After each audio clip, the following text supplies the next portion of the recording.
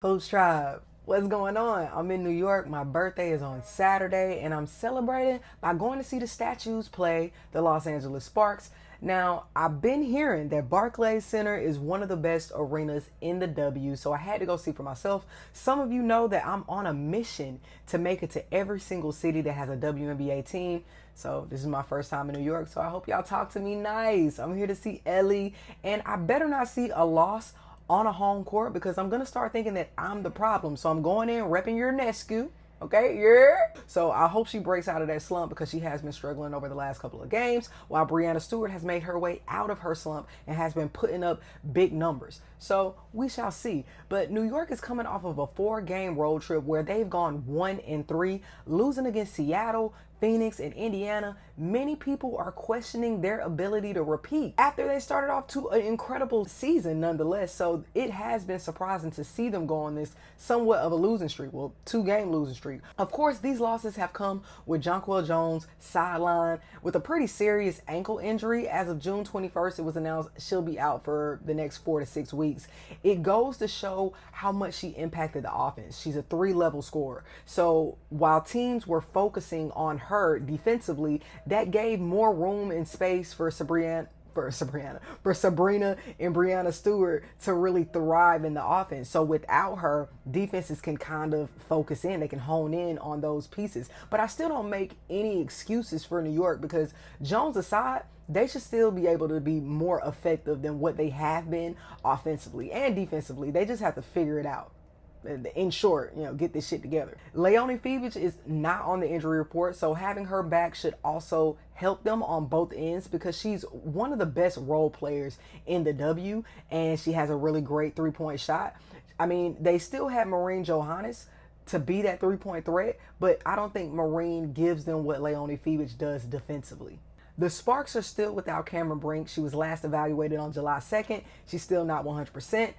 I'm low-key concerned about that. It makes me question her commitment to the rehab because I think that she likely has the top medical staff. I mean, I think that she's the god sister of Steph Curry. She's Hollywood. So I don't believe that there's an issue with her, with the medical staff that's evaluating her. I think that it may be something else. And we've done it with other athletes in her generation because she's an athlete that has a lot of things going on outside of basketball. And then as a person who has experienced an ACL injury, I know how difficult it can be mentally. So I'm wondering what is the delay in her being able to get back into this thing, because it's been over a year at this point. We haven't seen, or I haven't. If you've seen clips of her practicing, please drop that in the comments, but I haven't seen much on her getting back to playing. And I know that sometimes this injury extends out to 18 months. She looks to be one of those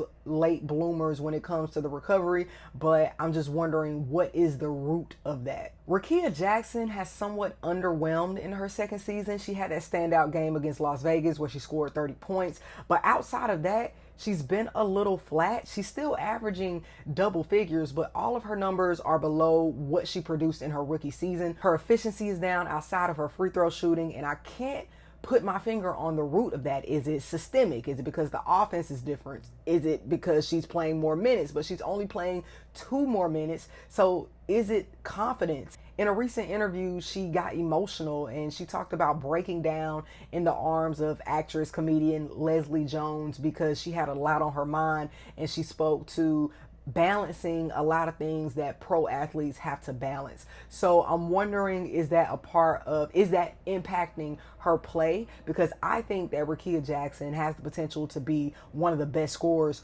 in the WNBA. I don't think that 30-point game was a fluke. I think that that is her standard. Dearica Hamby is also off to a slower start in this system. Looking at last season, her numbers are down. Her field goal percentage is slightly up, but she's shooting less. She's not producing as many points or as many rebounds, and her 3-point percentage is down 11%, and she's taking less 3-point shots. So at this point, I feel like something needs to change with Lynn Roberts' system. I don't know what it is specifically because honestly, I haven't watched enough Sparks to really pinpoint that. But now, since I'm looking at the numbers, I need to start paying more attention because I really think that the Sparks have a better team than what their record is showing. Really, the only player that is playing well in this system, statistic wise, is Kelsey Plum.